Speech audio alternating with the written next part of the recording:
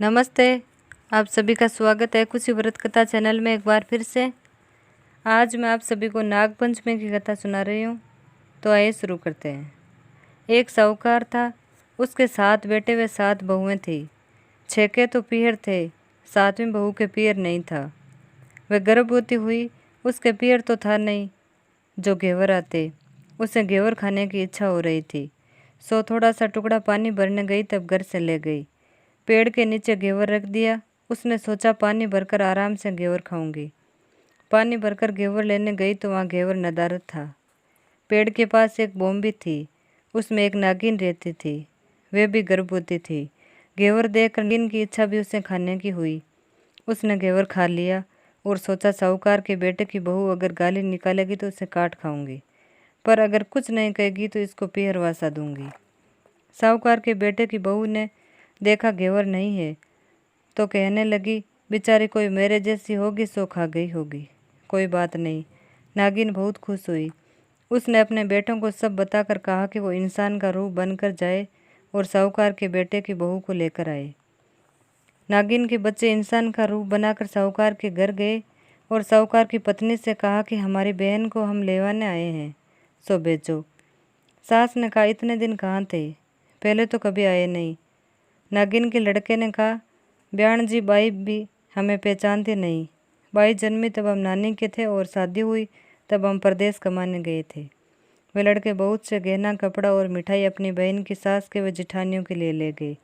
सास बहुत प्रसन्न थी। सास ने बहू को भेज दिया। बॉम्बे के पास पहुंचकर लड़कों ने कहा, बहन हम सांप है, तुम्हारा घेवर हमारी माँ ने ही खाया था, उसने तुम्हें अपनी लड़की माना है, इस नाते तुम हमारी बहन हुई। तुम हमारी पूंछ पकड़ लो, डरना मत। वे पूंछ पकड़ बॉम्बे में चली गई। वहाँ उन्होंने उसे बहुत सुख और आराम से रखा। वहीं उसने लड़के को जन्म दिया। जब लड़का थोड़ा बड़ा हुआ तब की बात है, पड़ोसन ने साहूकार के बेटे की बहू को सिखा दिया कि अगर तू मेरी माँ की इतनी ही लाडली है तो तू मेरी माँ से कहना कि आज तो सांपों को दूध मैं ही पिलाऊंगी। पड़ोसन का ताना उसे सहन नहीं हुआ।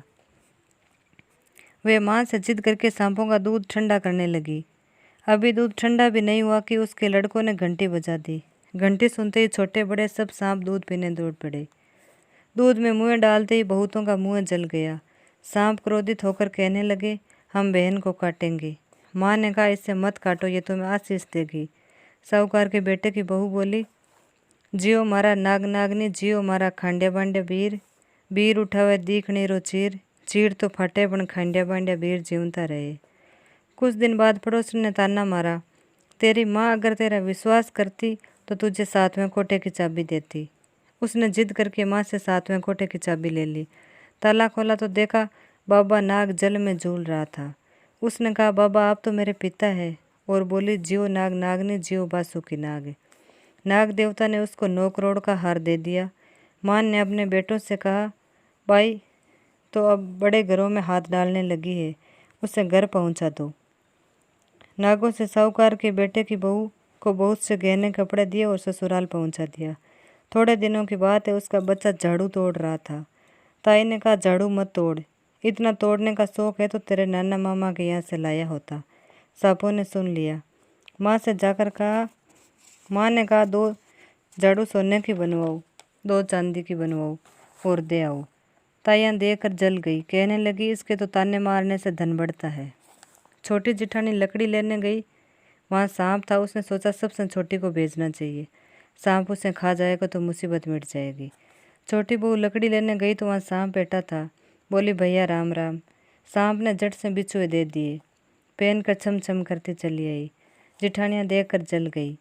उन्होंने उसके पति को दुकान से आया तब सिखा दिया कि तेरी बहू की सांप बिच्छुओं से दोस्ती है। साहूकार का बेटा अपनी बहू से रात को कहने लगा, सच सच बता, सांप बिच्छू तेरे क्या लगते हैं जो तुझे काट खाने के बजाय घेरने देते हैं। बहू ने कहा, वो तो मेरे भाई भतीजे लगते हैं। फिर उसने सारी बात अपने पति को बताई। पति ने कहा, तो क्या तेरे भाई भतीजे तुम्हें ही बुलाते हैं, कभी अपने जवाई को यानी हमें तो बुलाते नहीं हैं। कोने कोने में छुपे सांपों ने बात सुन ली तो जाकर अपनी माँ से कहा, दोनों को बुला लाओ। इंसान का रूप रखकर सांप दोनों को वे बच्चे को बुला लाए। खूब कपड़े गहने रुपए देकर तीनों को विदा किया। जैसा फियरवासा का सुख बहू को मिला वैसा भगवान सबको दे।